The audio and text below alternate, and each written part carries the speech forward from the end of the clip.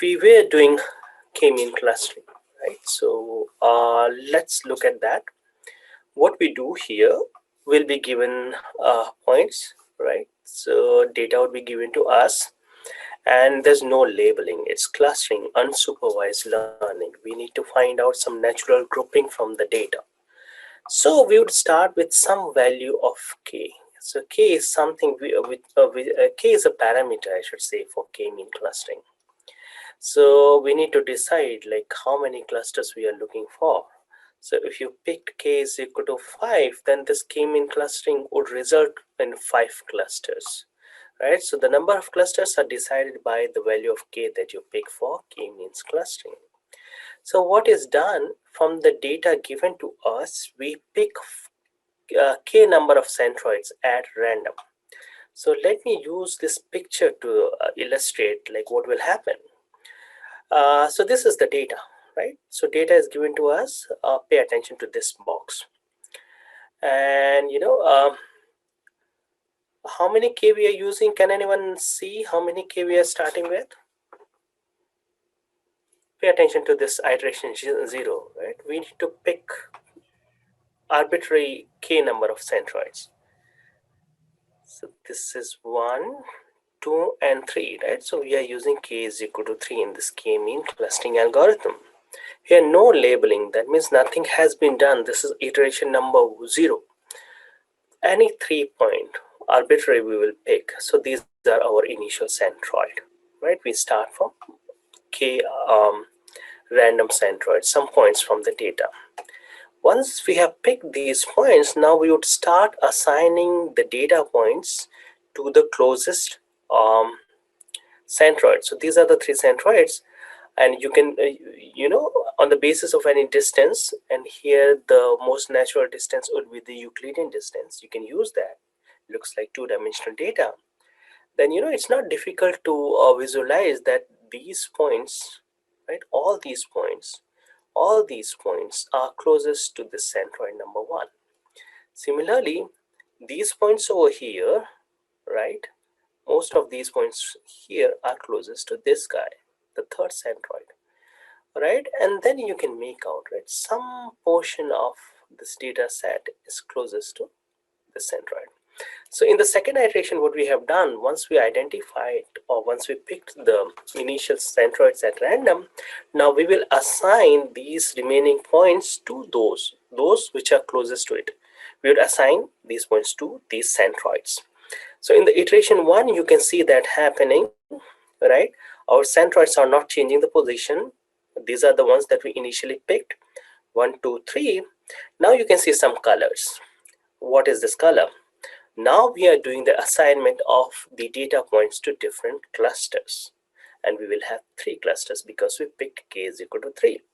So all these purple color points that you see are being assigned to the first centroid because they are the closest. All right, and the red color points are assigned to the second centroid, right? These are the points which are closest to the second centroid. And then like I would call it blue, probably. That's you might be knowing a better name for this color. I would call it blue. So these are being assigned to the third centroid. All right, random centroids picked 3. Then on the basis of the closeness of each points to these centroids, we will do that assignment. And once this assignment is done, now we will recalculate the centroids, right? Done with the first iteration. Now we will recalculate the centroids. So how should we recalculate the centroids? Now we will consider all these points, right? And for all these points, we will find out the centroid, right? Now the centroid is to be updated.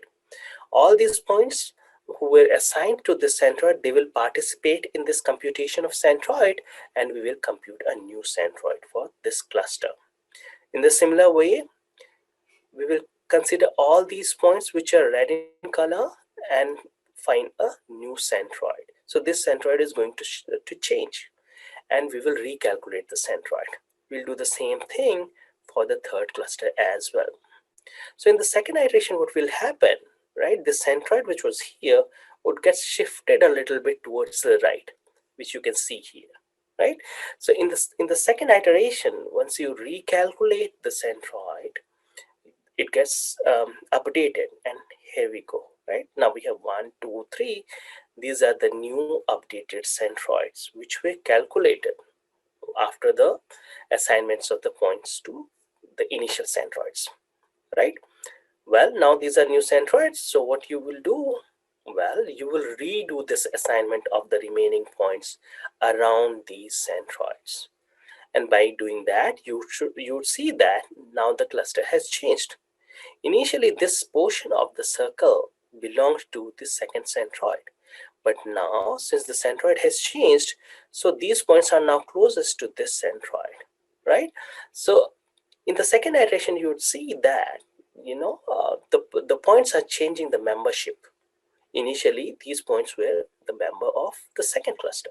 But now, because of the centroid being updated, all these points are being assigned to the first cluster, right? And see the change. Initially, this chunk or this lump, I would say, or subcluster, I would say, was the part of the first cluster, which is purple in color. But now, see, it's not that close to the first centroid. In fact, it is closer to the second centroid now, right? So there's another reassignment of the point is happening now because the centroid got updated. Same way, we have the third cluster. Now we need to do the same thing. We have reassigned the point. Now with all these points which have been assigned to these centroids, we will recalculate the centroid, right? And all these points are going to participate in that computation. And you should see that now the centroid has shifted to this point, right? And since the centroid shifted to this point, this centroid shifted to this location, and this and the third centroid is kind of stable, right? And you would do again a reassignment, and with the reassignment you will get a new cluster. This one, this one, and then the third one. You keep doing it, right? You will do another iteration in which the centroid would be now shifted towards the right, right? Keep on doing it, and at the end you would see that we have the final cluster, right? And we are able to find out the 3 clusters because we started with k is equal to 3. And ultimately we will converge. Why we will converge? Because after this point, doesn't matter how many more iterations you run, the reassignments of the points are not going to happen. Why? Because all these points are closest to the centroid, right? So the points that you have in red are closest to this centroid, and that is not going to change. Similarly, the points which are in purple color are closest to the centroid right here. Same is the case with these points, right? So after some time, this reassignment doesn't happen and the clustering converges, and that's how we stop. All right then. But that's what I was showing you. I was showing you the running of k-means algorithm. But k-mean algorithm is good, but it has some disadvantages as well. So what is the disadvantage? Disadvantage is that it may get stuck in local optima, right? And therefore what is advised, it is advised that we should run it multiple times, and we should make sure that every time we are getting the same cluster. And it is also sensitive to the starting centroids, right? So probably this I don't have in my lecture. Sensitive to the initial centroids that you pick. So there are some approaches, like people have suggested some modifications to k-means algorithm, which we will not discuss today. All right. Good. Now there is a problem. If you followed this discussion, then I was saying that in every iteration you need to compute the centroid. And the centroid means, for every, say, you have x1, x2, and x3 as the three features for the data point. So centroid would be what? x1 mean, x2 mean, x3 mean, or average of these three. That will make our centroid. Now, for some attributes, it is not possible to compute the mean, right? Like uh, if the attribute is categorical, right? If it is about the hair color, red color, black color, so it's not possible to come up with the centroid in those cases. So wherever the centroids are not properly defined, where we cannot find the average of the attributes, then we have a different version possible, which is called k-medoid. Probably I don't have that in my lecture slides. Right? So you have k-mean, and then there is this k-medoid as well. So anybody who can guess, like, what could be this k-medoid? Mean we know, but what is this medoid thing? How can that be different from k-mean? Sounds a lot like the word median. So kind of a 50 percentile point. You got it, Darren. Yeah, you're there. So we look at median, and what is a median? We know what is a median, right? But how would we define median in k-means, clustering point of view? Let's go back here. Could this be called as a median of our data? Is this a median? Can this be median? What would be a median point in a cluster?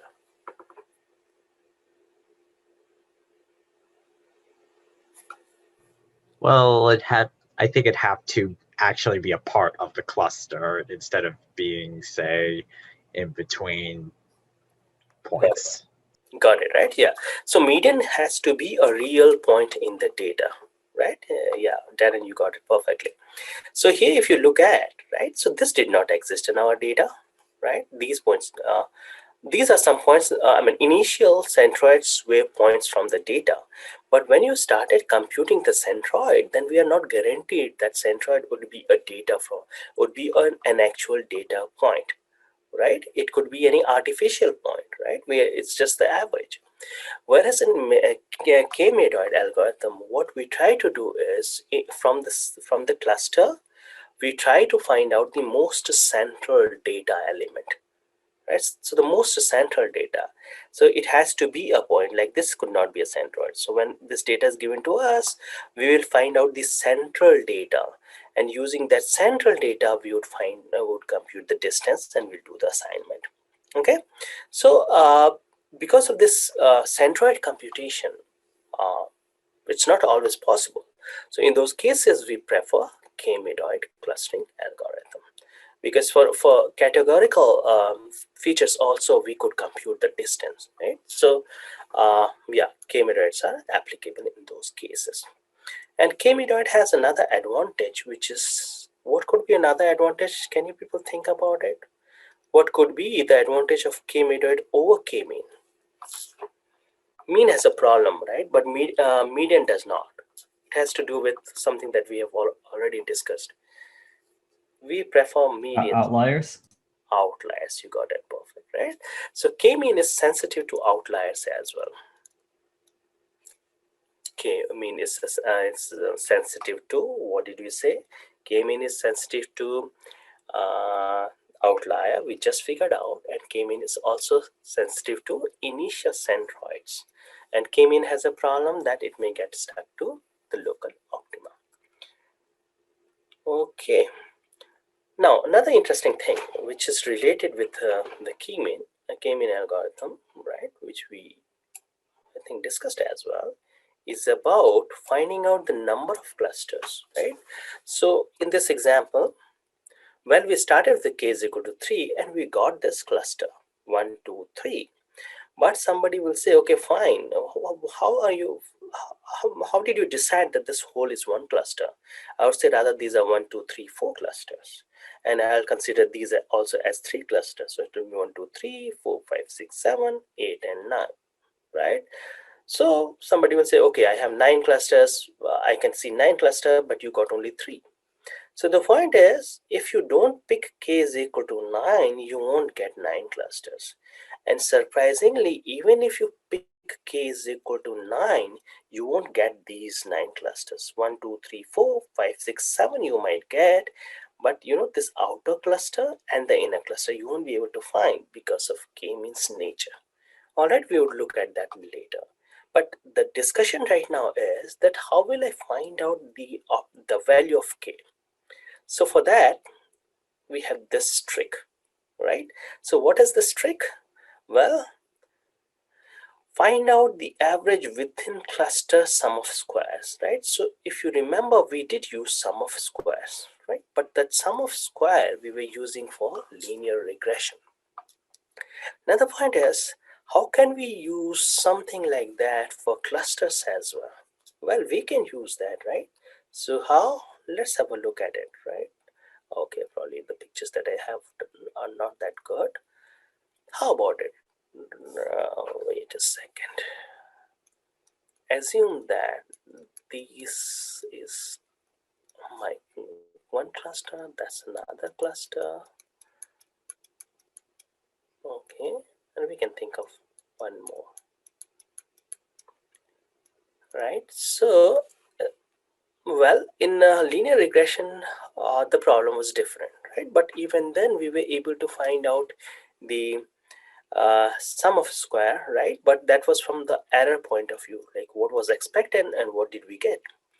Here what we do for this cluster, right, like this one, what you would do, you would find out the centroid, which is not difficult to find, assuming all the features are numerical, where we can compute the the average.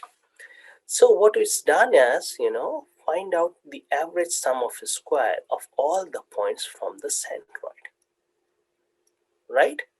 You can find that out for this cluster C1. You can find similarly the same, you can do the same computation for cluster C2, and the same way you can do for C3.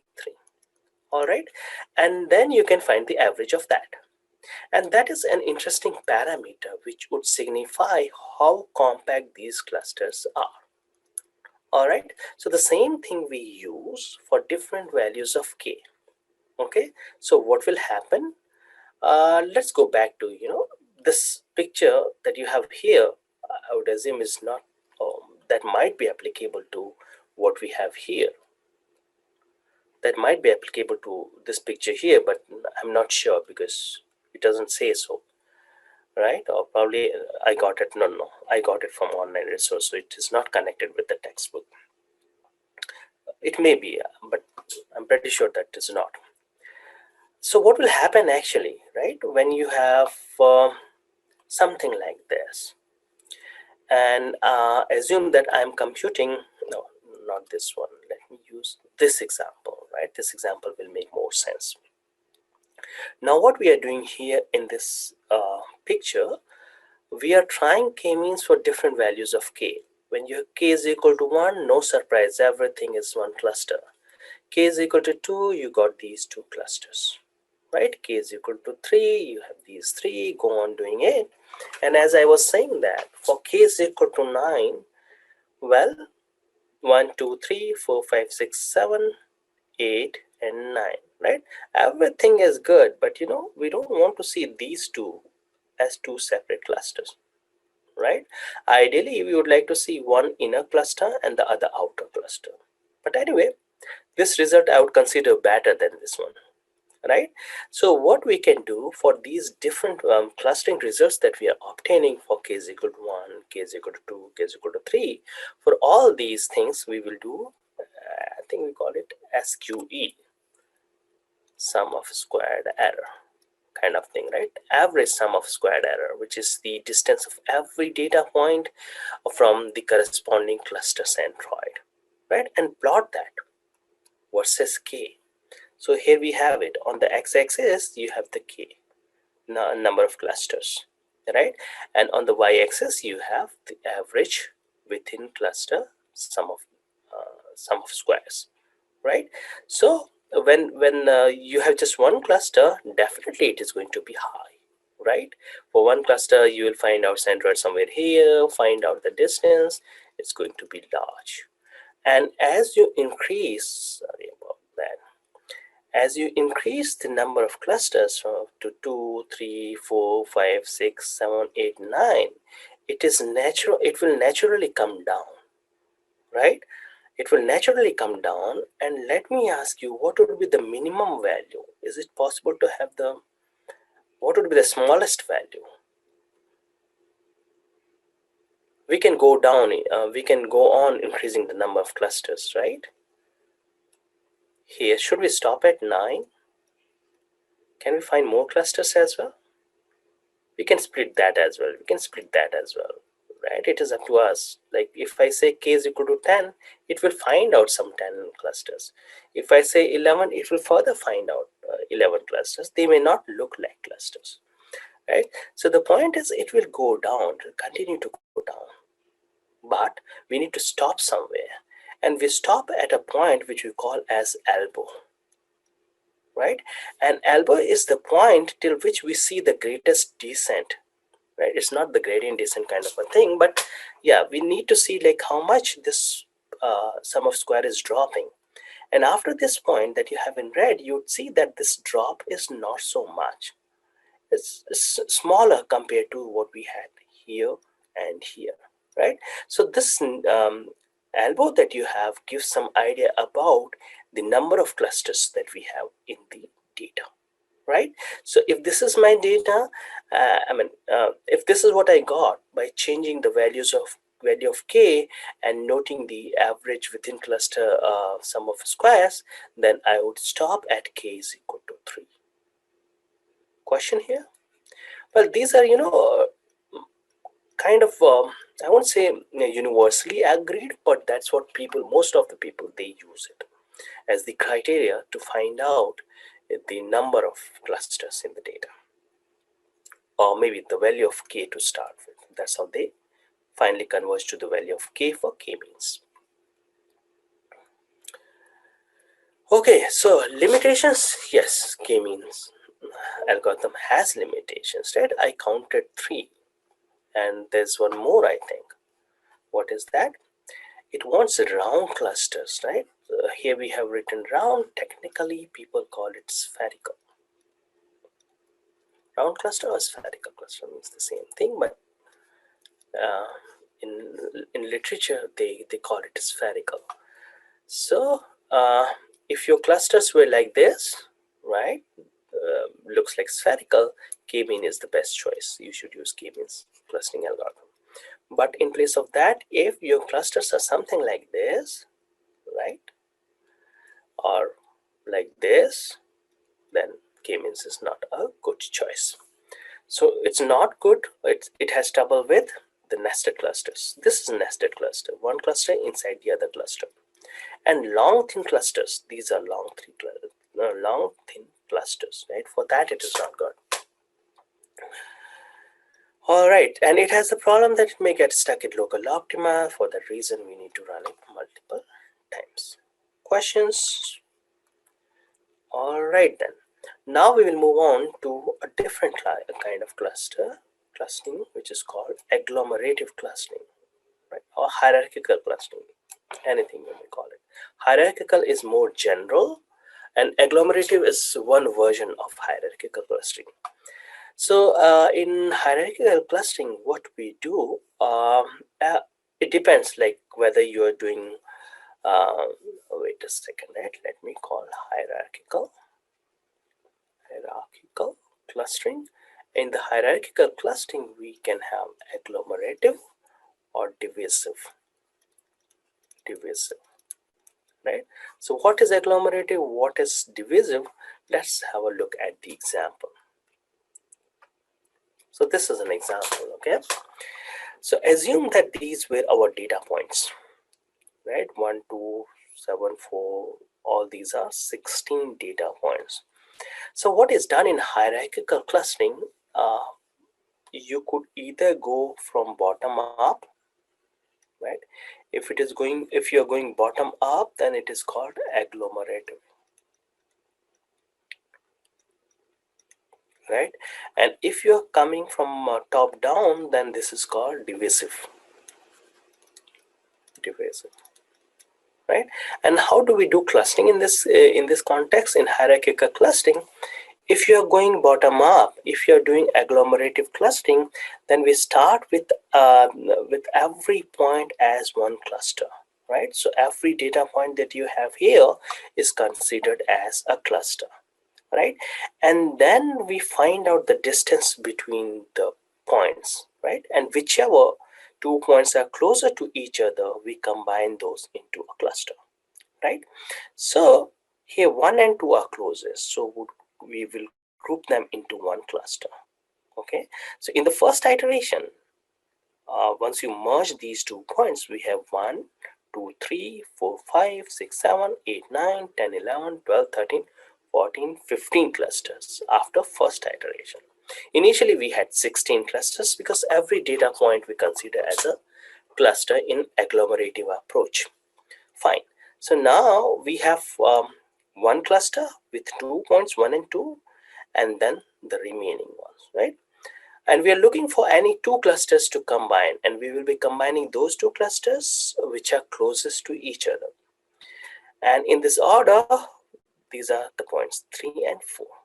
Okay, so after 1 and 2, the next 2 points or next 2 clusters which are closest are 3 and 4. We combine those right here. That's another cluster being formed. All right, go on doing it. 1, 2 got merged here, 3, 4 got merged here, 5, 6 got merged here, right? And then 7, 8 got merged, 19, 10 got merged, 11, 12, 13, 14, 15, 16. Okay, now what will happen? Now these are 1, 2, 3, 4, 5, 6, 7, and 8. 8 clusters we have. Now we'll see, okay, fine, out of these clusters, 8 clusters, which 2 clusters we can merge, right? So here we will merge these 2. And these 2 are merged, and we have a new cluster here. And after this merging, we have 1, 2, 3, 4, 5, 6, 7. Okay, in the next stage, you will merge these 2. And then you will merge these 2. Later on, you will merge, that's interesting actually, right? You will merge these 2 here. All right, and then you will merge these 2. Finally, these 3, these 2, and then all. So what will happen in this process? You start from every data point as individual clusters. You keep on merging, merging, merging, and at the end you will have one cluster with all the points there. So that will be your root. That is hierarchical clustering, right? You must be wondering, like, where are my clusters, right? Do you see clusters anywhere? Let me ask you. Let me know if you have any questions, because I've been doing the most of the talking. Are we doing any clustering at all? And where are your clusters? Yes, I think we're doing clustering, and I think that the cluster is like the highest root that you just merged. Mm-hmm. So in this case, one cluster would be 1 through 10, one cluster would be 5 and 6, one cluster would be 11 and 12, and then one cluster for 13 through 16. Mm-hmm. Interesting. Yeah, I'm happy that you could see clusters, right? In fact, we do have clusters, right? But it is your call. Like, what do you want to consider as the cluster? Okay, so what I should do, let me remove some clutter, right? Let me remove some clutter, and then I'll tell you something interesting that we have here. I hope you got this idea, like how we are merging, right? Okay.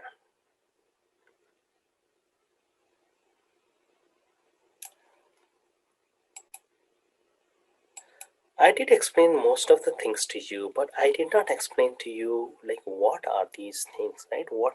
What does this height signify? What is this? What is this height? What is this height? Right? I did not explain to you what are these heights. Oh, sorry, this height. Right? Can anyone guess? Like, what would be the significance of these heights? They do have some significance, okay? Is it like some scale of how similar they are or how like close they are?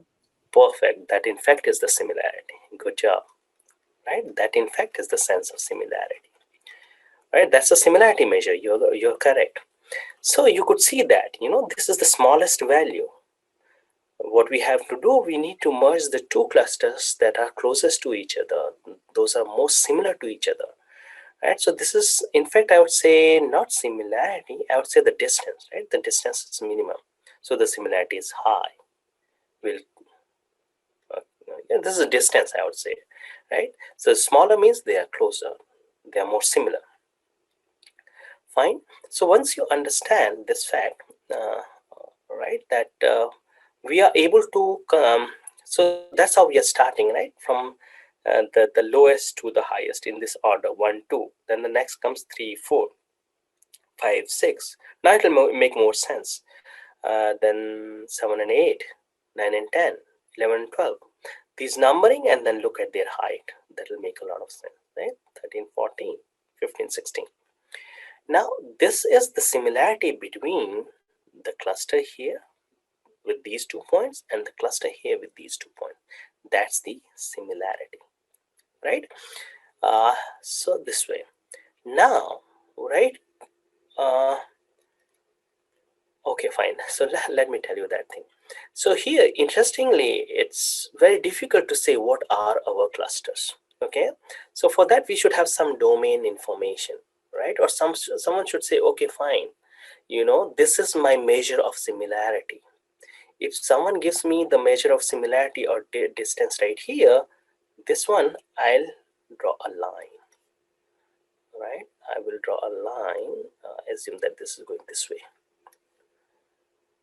All right, so if somebody is giving me cutoff like here, I'll draw a line this way and then tell me how many clusters I have now.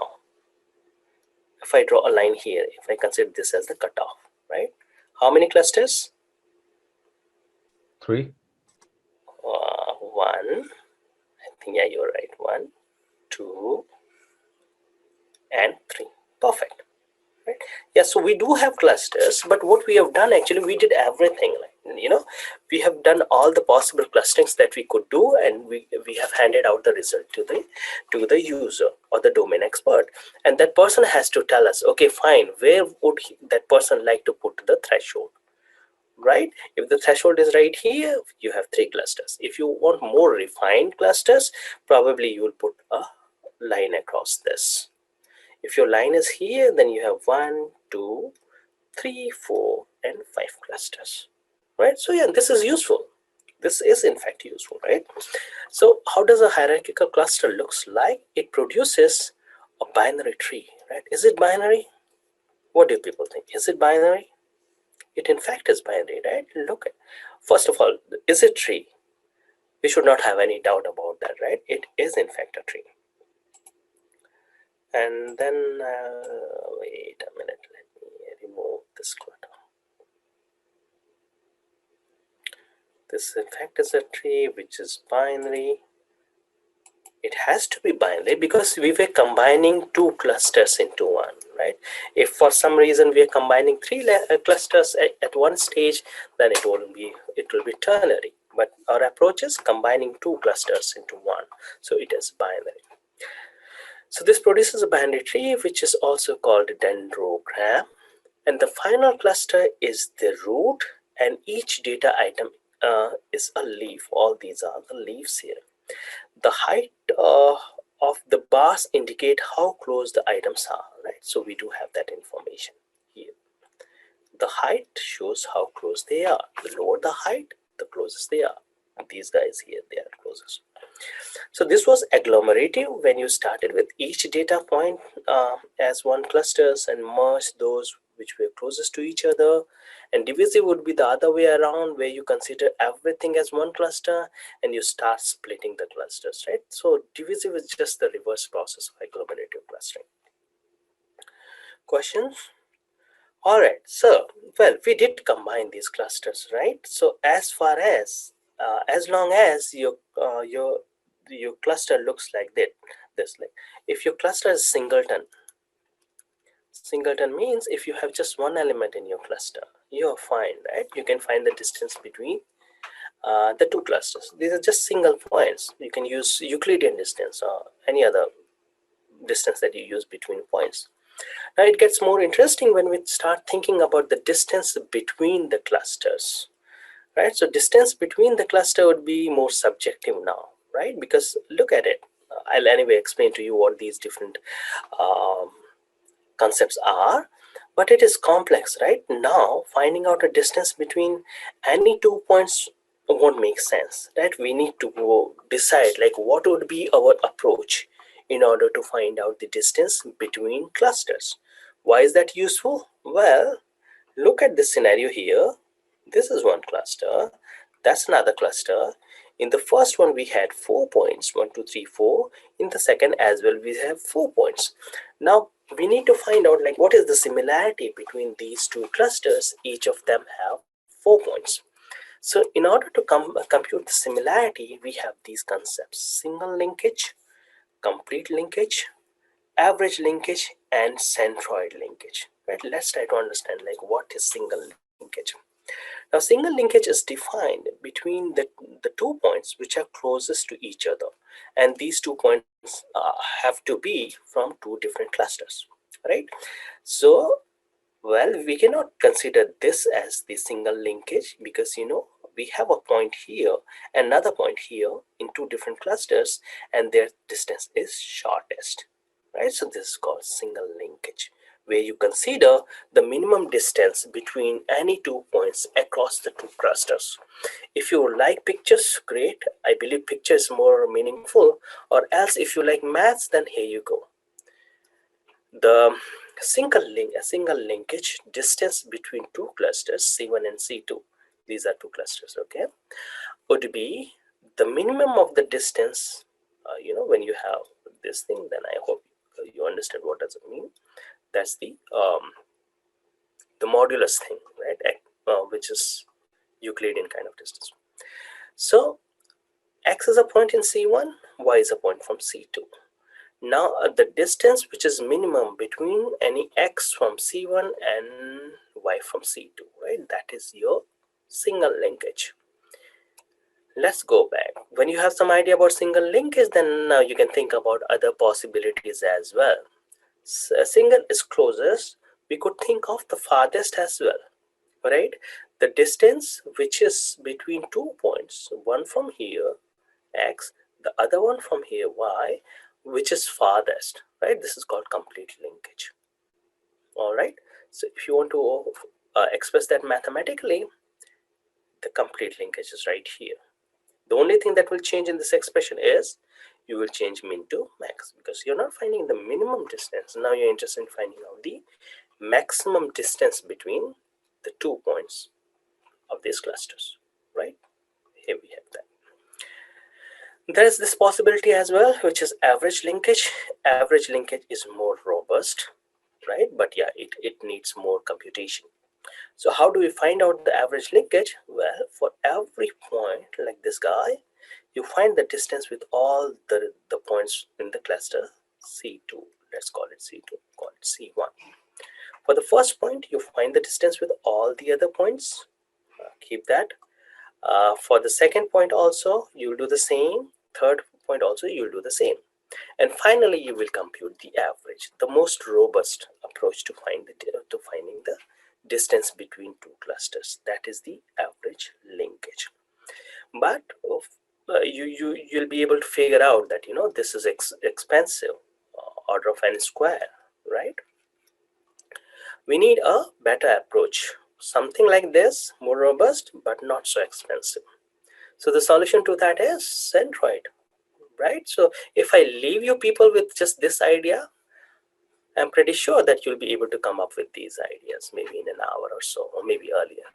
Okay, but yeah, this has been done by researchers on clustering, researchers who work in clustering. What do we do in centroid? Well, we'll find the centroid of the cluster C1 and the centroid of the cluster C2, and we will decide whether these two are similar or not by finding out the distance between centroids. Questions? All right, so these are the measures that we will use to merge two clusters. All right, not difficult. What are we doing here? Same thing, right? We need to compute the average. So we will be dividing by the number of elements that you have in C1 multiplied by number of elements that you have in the cluster C2. And now you find out the distance between every pair from cluster C1 and cluster C2. Right? That's the reason you have two summations. Okay, good. So now we have another interesting thing that I found in the textbook, and I thought, okay, let's discuss this. Now here we have minimal spanning tree, right? You have minimal spanning tree of a graph. You could think of the graph. If you want, you can add more edges here, right? What we have is minimal spanning tree, which is of our interest. If you want, you can connect these things, right? Although we don't have values, but as you can assume that these values are higher than what we have. Right, and I'm making an assumption that you people are aware of minimal spanning tree, and that too the one that we create using Kruskal algorithm. So there is a connection between minimal spanning tree and the single linkage distance, right? So how can we realize that? Well, here are the points. You have the data points V1, V2, V3, V4, and V5. These are our data points, right? And then in this MST that you're looking at, we do have an edge connecting these, right? And these edges are signifying the distance between those two, or rather you can say the similarity. All right, and in minimal spanning tree we will have the minimum weight of the spanning tree. All right, so what will happen here? Well, look at our single linkage agglomerative clustering algorithm. You have these data points V1, V2, V3, V4, and V5. All right, V1 and V2, they are at a distance of 1. That's their similarity. So we are going to connect these two first and will form our first cluster, right? Which we may call as C1.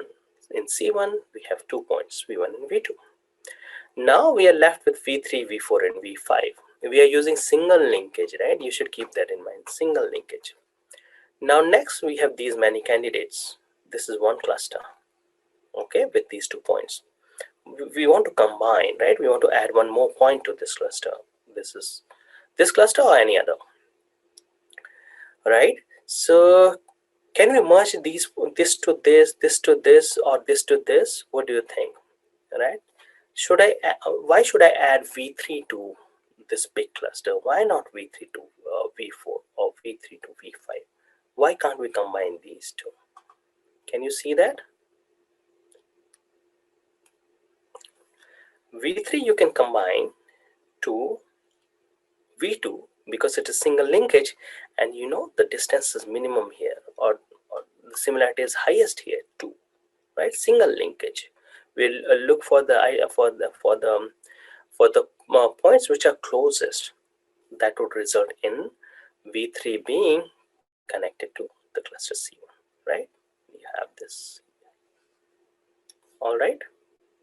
Now you got the C2. I would call that C2. This C1. Now I have C2. Again, the same thing we can apply, right? It's a single linkage. So because of single linkage, you know what? This is the minimum distance now, right? So V4 also got connected to the C2 cluster, and now we will have C3 cluster, right? And then finally you will combine V5 as well, and we will have C4, right? And interestingly, you can see that this is the distance 4, this is the distance 3, 2, and 1.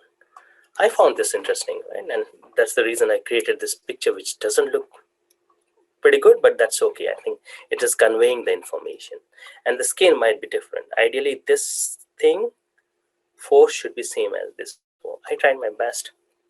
Questions?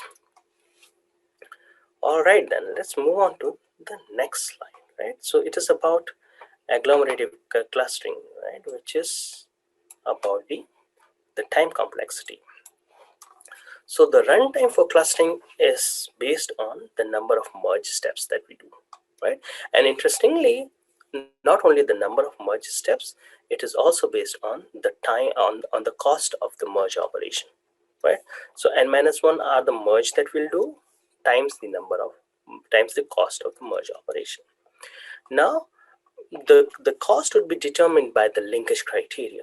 So if you're using the robust one, which is our the average one, right? Let me double check. Yeah, if you're using average linkage one, then that is going to be the robust one, but it will be expensive. It will be order of n square. All right. So this is up to you. You want to trade off what the robustness or the speed. All right. That kind of boils down to the linkage criteria. Like which criteria do you want to pick in order to merge the clusters in your hierarchical clustering algorithm? That too, I should say agglomerative. When you're merging, then that is agglomerative. Questions?